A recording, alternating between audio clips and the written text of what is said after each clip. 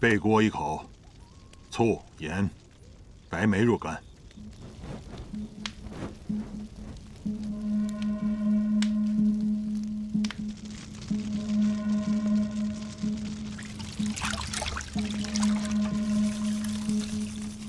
12年过去，柳亮带有针痕的皮肉早已腐败殆尽。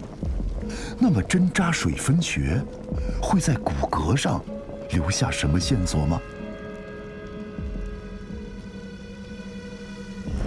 千翻百滚之下，盐分使醋和梅果中的酸性物质大量释放，充分浸润骨骼。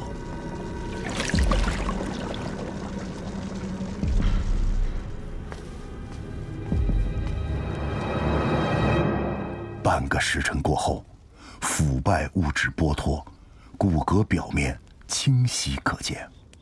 骨骼齐全，未有一缺。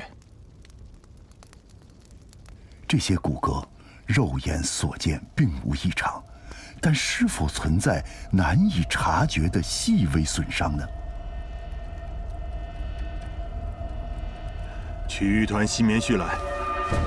《洗冤集录》中就曾记载这一方法。用棉絮擦骨，若顺滑流畅，便说明骨骼完好无损；而一旦有细丝挂起，则说明此处必有损伤。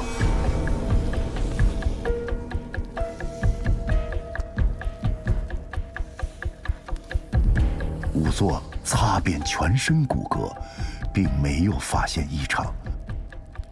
一筹莫展之际，江雨木想到一种可能：一个人如果被针扎水分穴，他会因扎破肠壁的剧痛，引起气血上涌，导致颅骨受损。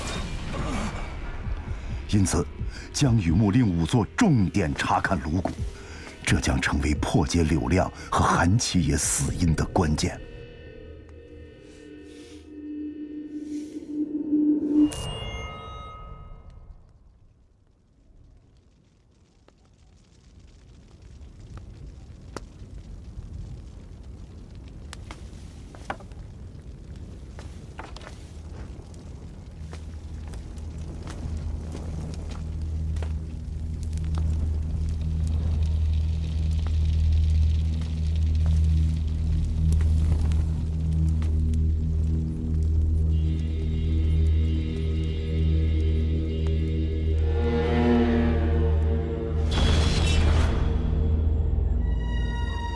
颅骨出现挂丝一处，挂丝右侧有瓜子大小血印，存在血印。这伤应为生前形成啊。结合韩七爷肚脐上方的针孔以及柳亮颅骨的损伤，江雨木有了判断。